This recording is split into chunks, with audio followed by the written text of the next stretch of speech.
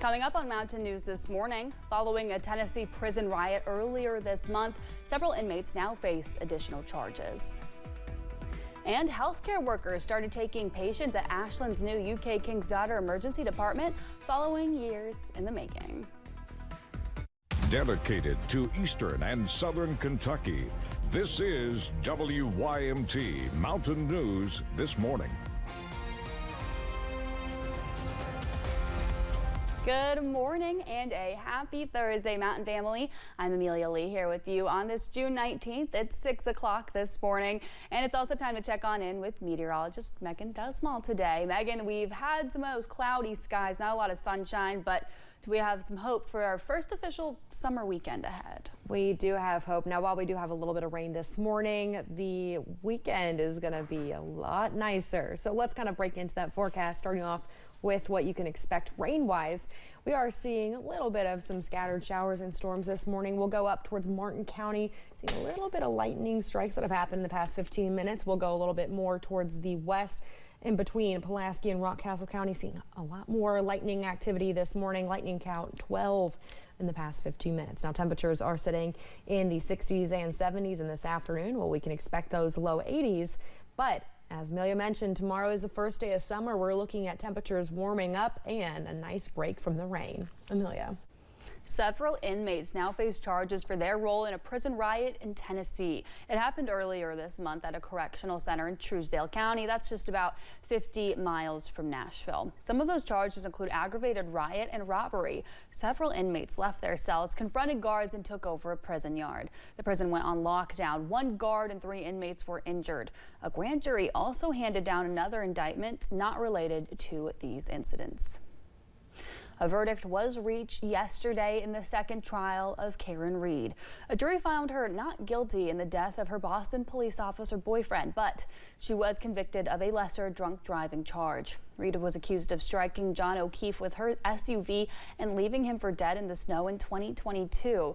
She still faces a wrongful death lawsuit by O'Keefe's family. The U.S. Justice Department is suing Governor Andy Beshear's administration. Tuesday's lawsuit filing names Beshear as well as Education Commissioner Robbie Fletcher and the State Council for Post-Secondary Education. It claims the Commonwealth offers in-state tuition to undocumented immigrants living here. U.S. Attorney General Pam Bondi says the Department of Justice won a similar case in Texas and is looking forward to doing the same in Kentucky.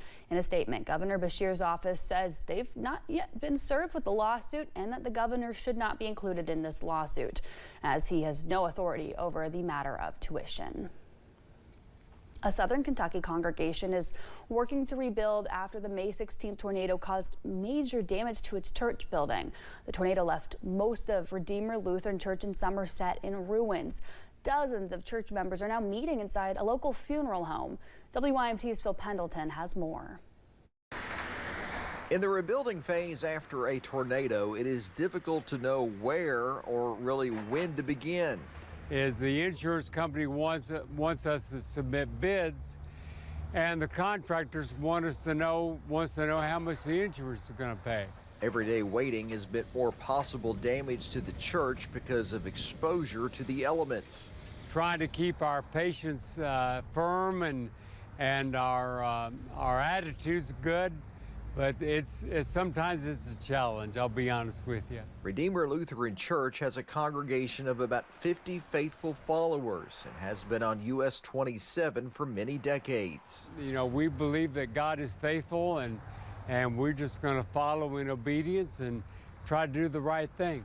Many people pass by this church every day. Thousands of cars go by US Highway 27, often seeing a popular catchphrase on the church sign, a sign that was destroyed, but a message likely seen by more people that would attend inside the church building. Most of the sign was destroyed along with the church, but the positive message remains. You know, that's kind of who we are in the community. It's a good way to communicate with the public in a non-threatening way. While the process to rebuild has been filled with some mixed messages, they will continue to leave a simple one for them and their community. In Pulaski County, Phil Pendleton, WYMT Mountain News. The pastor says they would like to rebuild and be inside a new church within the next 12 months. Congressman Hal Rogers met with local leaders in Pulaski County to discuss tornado recovery efforts so far and the needs going forward. Officials met at Emergency Operations Center seeking funding for debris removal, as well as possible future funding for things like storm shelters and improved technology. I think what we need to realize, and National Weather Service and NOAA will back me up on this, is that the tornado alley is moving east, or it's getting bigger. And so my expectations are we're going to see this again. Maybe not to this scale, I certainly hope not, but if it is, I want us to be ready. Officials say the estimated cost to dispose of storm debris in Pulaski County is $723,000. Governor Andy Beshear will help with the unveiling of a sculpture today in Lexington. He'll assist with the unveiling of the Towards Freedom sculpture that'll take place at the Lexington Traditional Magnet School at 11. The governor will be joined by Lexington Mayor Linda Gorton, as well as a UK student representative with Lexington's Freedom Train Committee, among others. Well, many places throughout the country are recognizing the Juneteenth holiday in different ways. Knoxville is celebrating Juneteenth with a Martin Luther King Jr. parade and celebration. The parade steps off today at 10 at Chilhow Park. It'll go up Martin Luther King Avenue and end at Dr. Walter Hardy Park. The Juneteenth celebration will be held there from 11 until 3. A brand new emergency department at UK King's Daughters in Ashland is now up and running. Healthcare workers started taking patients there yesterday. The new space sits across the street from the Center for Advanced Imaging along Central Avenue. Jason Blevin, Senior Director of Clinical Services, says transitioning into a new space has been a goal years in the making. We have been space limited for several years. Our current emergency department was designed for about 40,000 visits annually. We far exceeded that years ago, and so we definitely needed the space to accommodate the community needs as well as the acuity and illness of our patients. Blevins says the new emergency department is designed to accommodate 90,000 patients, around 50,000 more than the previous location.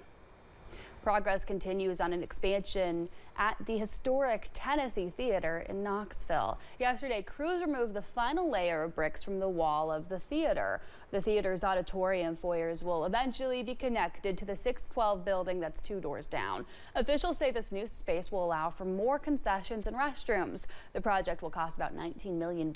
Construction started in April and is expected to last 12 to 15 months. New renovations are coming to Yeager Airport in Charleston, West Virginia. $8 million of federal funding will be put towards renovating the ticket lobby and baggage claim and the hallways connecting them, replacing the floors, lighting, and digital displays throughout the airport. Construction is projected to start in early October and should take about 180 days.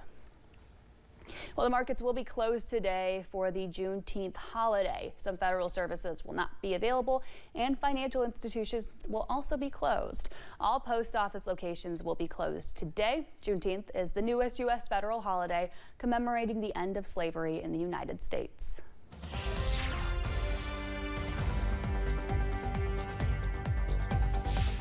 We're seeing a thick layer of clouds this morning and rain chances as you're heading out the door. In fact, as we look at that WYMT station camera, you can just see those thick clouds traveling across your screen. Now we'll continue to see those temperatures warming up, but right now we are sitting in the 60s and 70s. Warmest temperatures 75 in Monticello. Now this afternoon will be a little bit cooler than what we've seen this week, as we did have that cold front swing through with those rain chances overnight, and we're looking at about the low 80s now. Temperatures will be warming up as we're heading into the weekend, seeing those 90s returning as we're heading into Saturday.